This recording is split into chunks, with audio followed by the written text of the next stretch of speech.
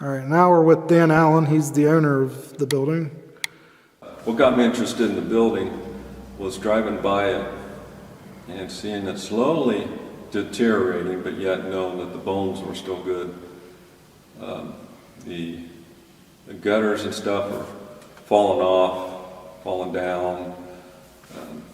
They weren't doing their job, and a lot of the water was just going right down in on the ground. I knew it was getting in the basement. I thought, if I don't say something, one of these days I'm going to see a wrecking ball going through there and wish I'd said something. So I'd called one of the county commissioners and asked what were they doing with the building, and they said, well, we've had several people interested in it over the years and nobody had a good business plan for it.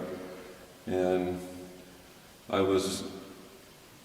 have a place in Hartford City, the old Blackburn County Jail in Indiana, that I'd had for 15 years at least. What I was doing with that, I thought could work here. So I came up with that business plan to actually make it a multi-use building. Apartments or something like that just absolutely ruins the inside, which I don't consider saving the building, because once you've got the inside and put on the certain stuff you have to outside, then you might have 40% of the building left. So I like to keep them intact as is, inside and out. And my love for the building is the history, the architecture. I don't ghost hunt much, don't have time really, but I don't know if I believe in ghosts. I've seen stuff, but I got my own theory on what we see. I know people see it, they hear it, because I do too. But is it a spirit?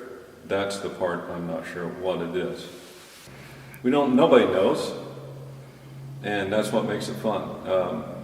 I hope they never find Bigfoot, UFOs, or ghosts. That would take a lot of fun out of a lot of stuff.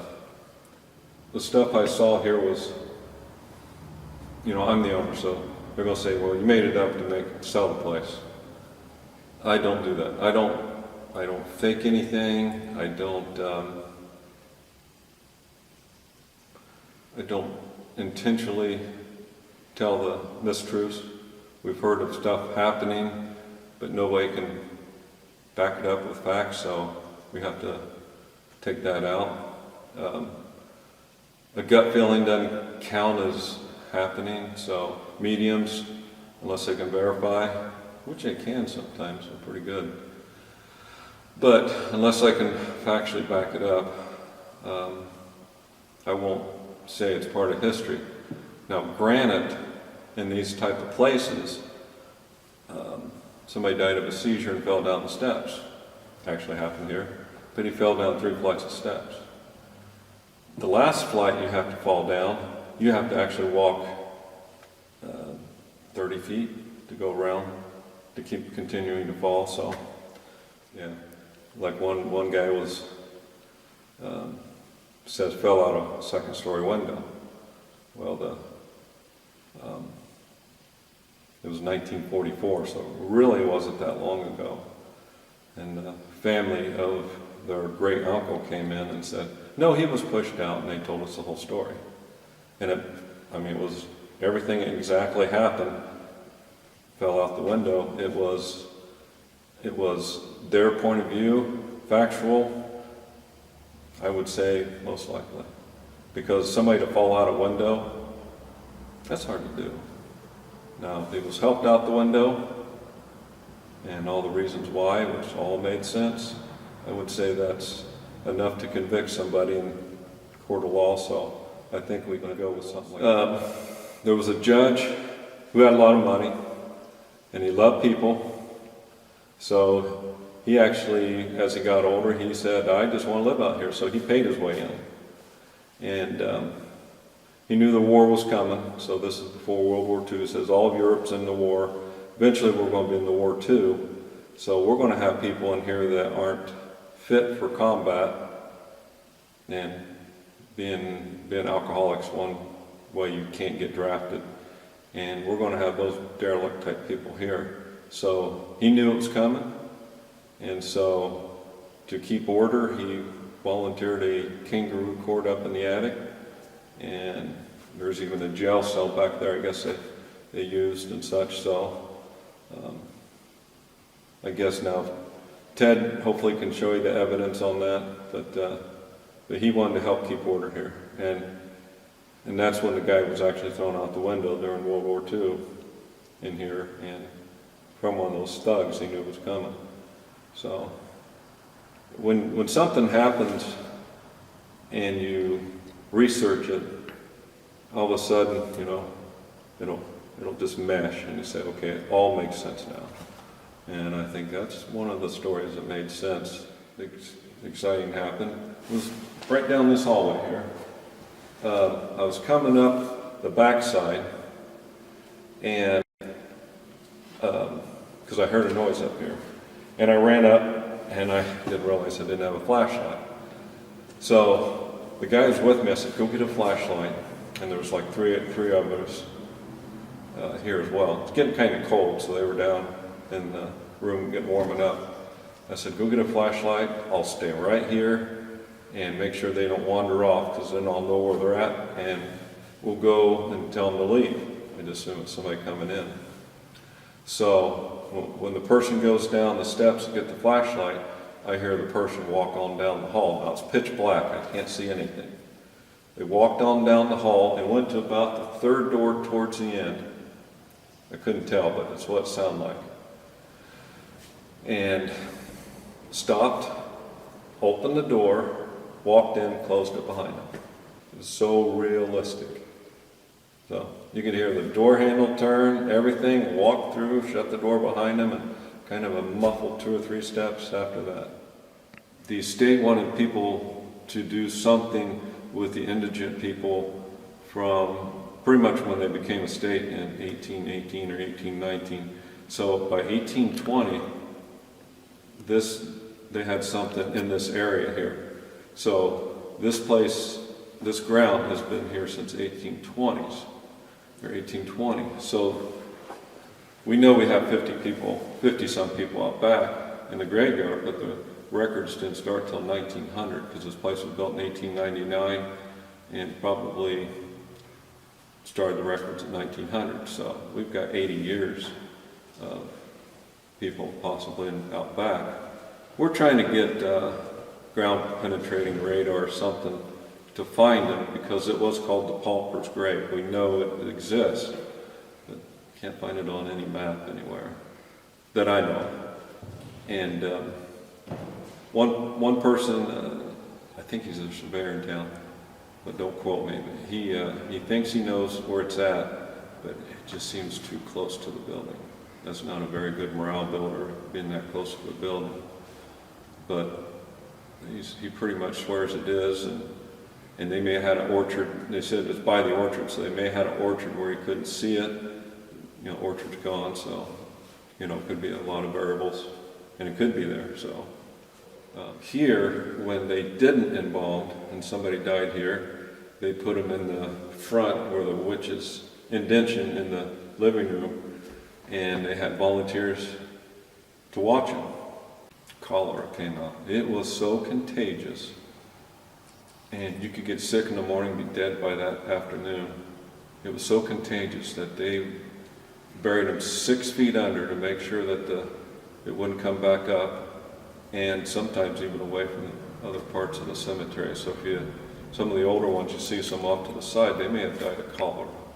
You know, 20s, I think, 20s or something like that, that came through Randolph County. Well, they had so many people dying of cholera that morticians were overwhelmed. So they brought them out here and laid them in a room downstairs to embalm them later, or whatever they were going to do with them. But it was at one time a full functioning pork farm too. In World War II, the Army, I guess, didn't pay their soldiers well enough. I mean, they were coming out of a depression, and shoot, all the people in the war and all the material. Lucky they paid them at all, I guess, but so a lot of the families lost their home. So women and children came out here, so they had a lot of kids out here during World War II, and a lot of physical able people, but no place to go and no money to live on. One of my first experiences here was when I was one of the first nights I stayed here, and I was doing some work, and then I ended up just staying here in the room up front there, and I got woke up a couple times during the night, like someone was sitting on the edge of my bed, and it kind of freaked me out, and I was like wondering what was going on. But that was the first thing that ever happened to me here, and it happens every night when I stay here. And right where you're standing, I got grabbed in the back of my neck when I was the only one here. And I've had that, those were the first two things that really happened to me here. Way back, I'd say about a year and a half ago, maybe 2 years ago, we were cleaning the sewers out. And I brought this plumber from my town, and he's a biker and a big bad dude, you know, and he was over here and we're cleaning it out. And we were clear on the other end of the building in the basement with a snake cleaning the sewer out, and he was getting scared. Now this is a big bad biker, okay? And he was getting scared. He wanted to get the hell out of here because we're down that end, and doors were slamming throughout this whole building. And it just that he never wants to come back here again. I hear it all the time. When I'm sleeping, I'm hearing doors slam, and you could attribute it to the pressure inside of here or whatever. You know, you could always debunk whatever. But I'm used to the doors slamming in here when I'm here by myself. So, and there's a door downstairs that's about 5 foot wide. It goes into the chow hall downstairs. And I'm on the ladder, putting a valve on this water line, and the door shut right in front of me. I grabbed my shit and I ran out of here. I mean, it really freaked me out. The door just shut right in front of me. And then I came back about 20 minutes later, you know, and it's never moved in front of me since. But there was a woman that hung herself in this building. Yes, there was, Ted can tell you about all that. Ida Dunkel hung herself downstairs. She was dropped off here by her family. Her husband was a traveling salesman or whatever, and he ended up getting syphilis, and he died from it. And he gave the syphilis to her, and then she started going nuts, and then her family dropped her off here. And there was an old guy that got pushed out of the window on the other side over there, and he died there. And I know there's a guy that, like I said, Ted can tell you their names and when it happened, but a guy fell out of the hay mow over there and died over there, but on the outside of the barn. So, you know, and there was a cook here. She got here like when she was, you know, not even a teenager yet, and she stayed here, and she was a cook till the day she died. So Randolph County Historical Society, I'm the president of that. I'm also elected to Randolph County Board. I'm a county council member. So if I tell you stuff, I got it documented. I definitely got it documented, okay? But there's a lot of history, especially on this floor. You know, I was telling you about the guys that wouldn't get drafted, and they were warned about, well, they were thugs. They're just like in today's penitentiaries, you know. And they were doing organized gang rapes, organized stealing, and everything else.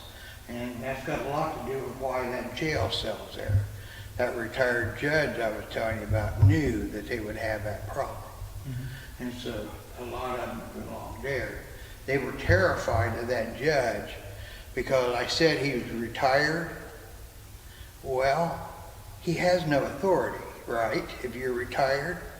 So what he did was got the okay of Studi, who was the caretaker here, and Studi let him do anything he wanted to do to help keep the peace here. So these thugs were afraid that this judge might just hang them. And so they were terrified of him. They left him alone. But down the hall down there, on the second door back from the end, John Oliver was 86. And he wasn't afraid of the thugs at all. But they didn't like him at all. Because every time he would get word of something that they might do, he was ratting them out to Studi, the caretaker.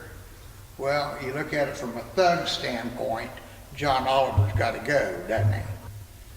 And they're all washing the windows here on the second floor. Inside and out, by the way. So John Oliver does his inside window, you know, and stands on a chair to get to the top of it. The guy is 86 years old, and he's not going to climb up no extension ladder to get to the outside of his window at all. He's too old. So what he does, he tries. So he opens the window from the inside, then he turns around and sets backwards in the windowsill, then closes the window down kind of on his legs, and then he's sitting there reaching up as high as he can reach up from the outside washing the windows, and two of them guys come in his room, picked his feet up and shoved him on out the window. And Studi was coming from the barn over there back to here, and he seen John Oliver fall out the window. And he notes in his logbook says he also saw two guys watching him fall and then ran away from John Oliver's window. So they never did prove who it was that shoved him out.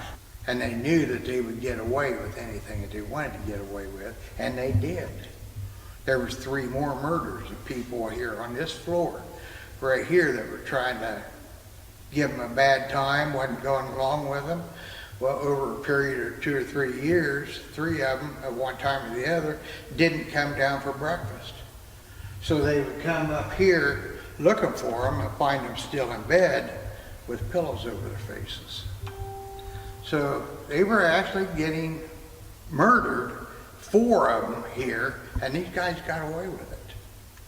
And there was another thing about this place out here, is that how many times have you walked into a nursing home and you see some poor soul sitting there in bed or something, and maybe his family hasn't come to see him for a couple of years?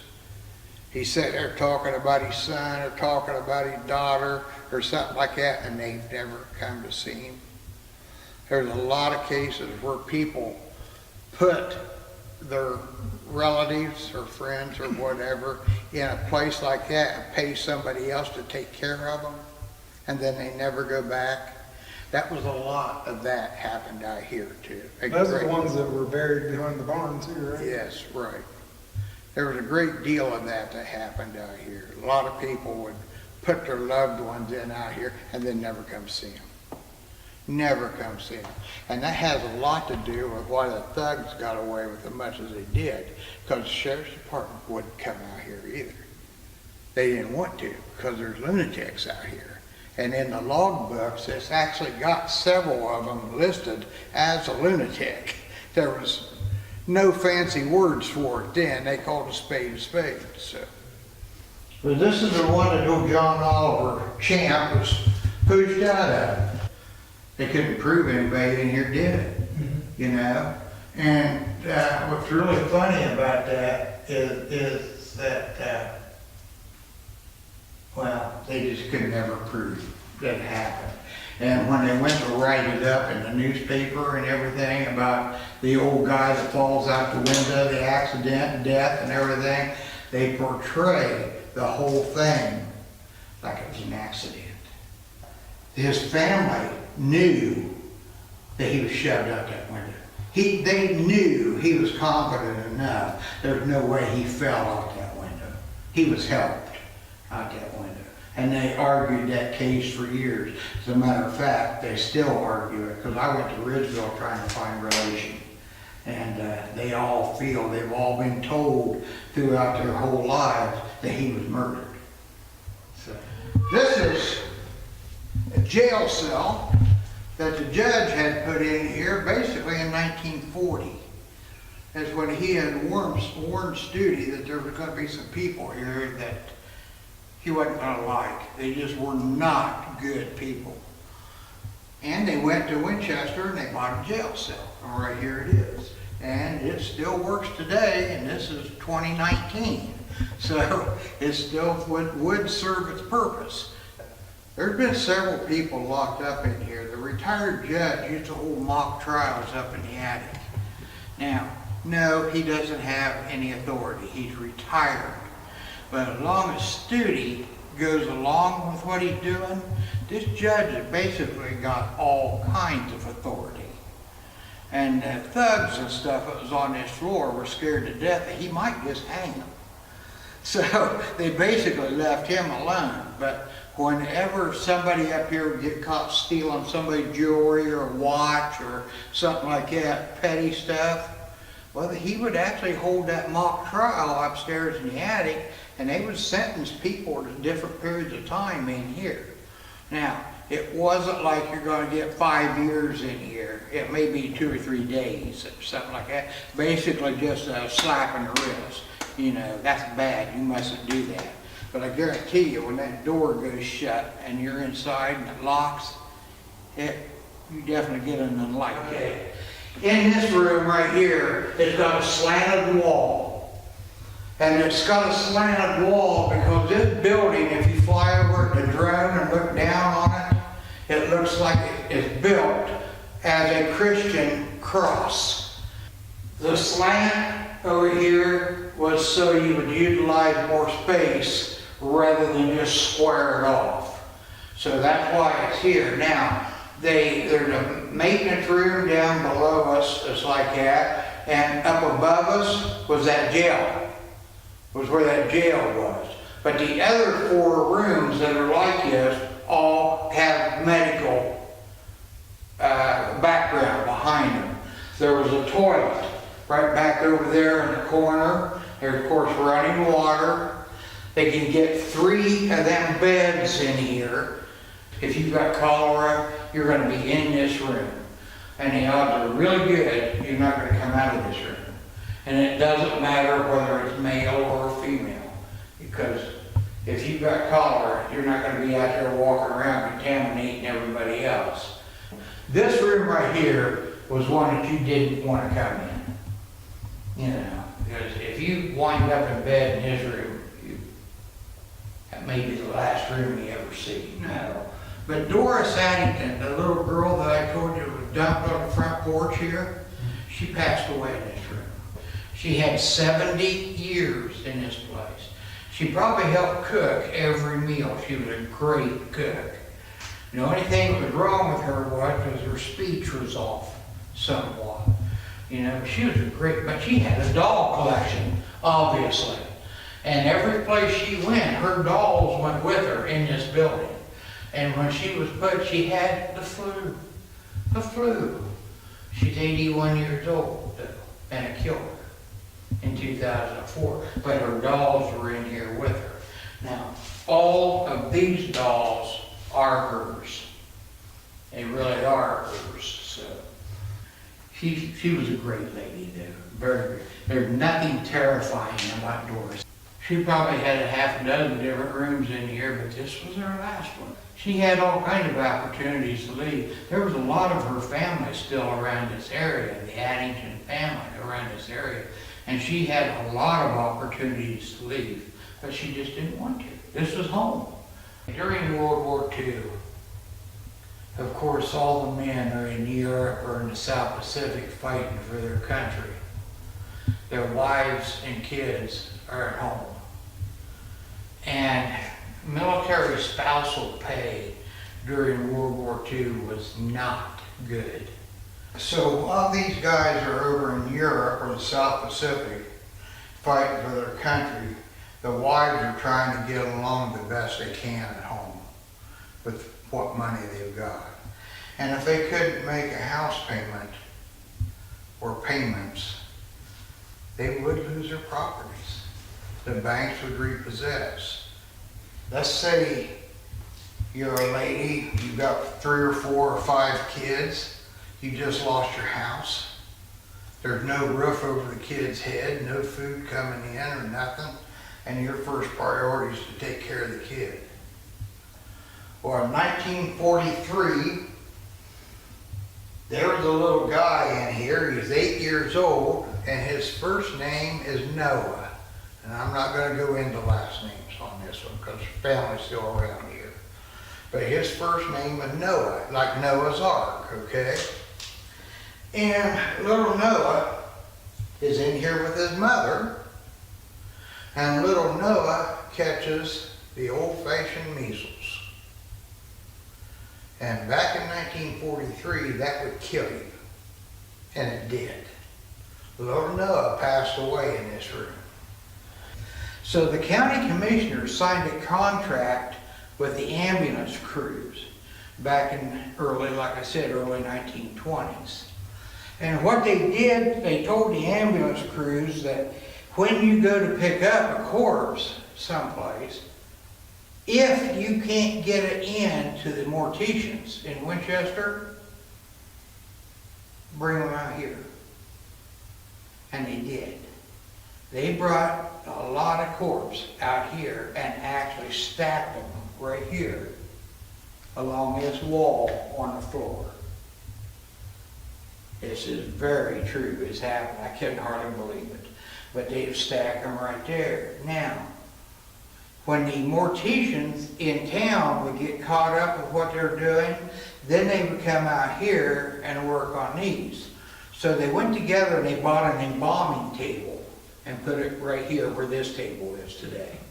And they put them up here on the table, on the embalming table, and they would flush them out and fill them up with embalming fluid and everything. And then they would wrap them in paper and put them right there in that cooler with the pork chops and the steaks and the bacon and everything else. Now, this is in the early 20s. Now I know that sounds horrific, but actually if you think about it, they've got the person wrapped up, sealed, and put in a cold contained area. That really wasn't that bad of an idea until 3 old ladies here got cholera and died.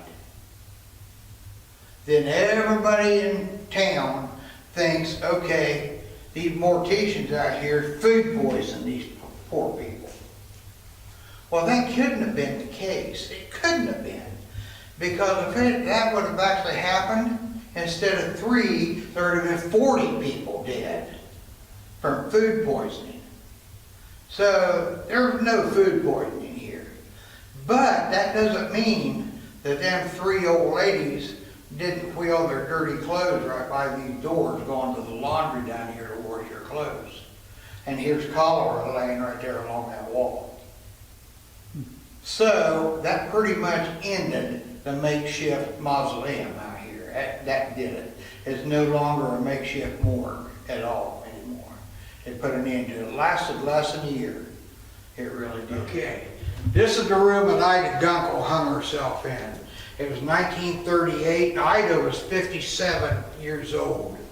2 years before she was put out here by her son, her oldest and favorite daughter passed away. And that set Ida over the edge. It really did. She lasted around outside of here for a couple more years. And then her son, who lived in Fort Wayne, had to come down and get her, and he admitted her out here. Now she had a room up on the first floor, and she was getting along pretty good, but every once in a while, she'd go running and screaming up and down the halls, ripping at her clothes and stuff. And you gotta remember, the caretakers out here, they're not trained psychiatrists or anything. They're just, so they finally remembered that they do have this room down here that's got bars in the window. So they brought her down here and put her in this room.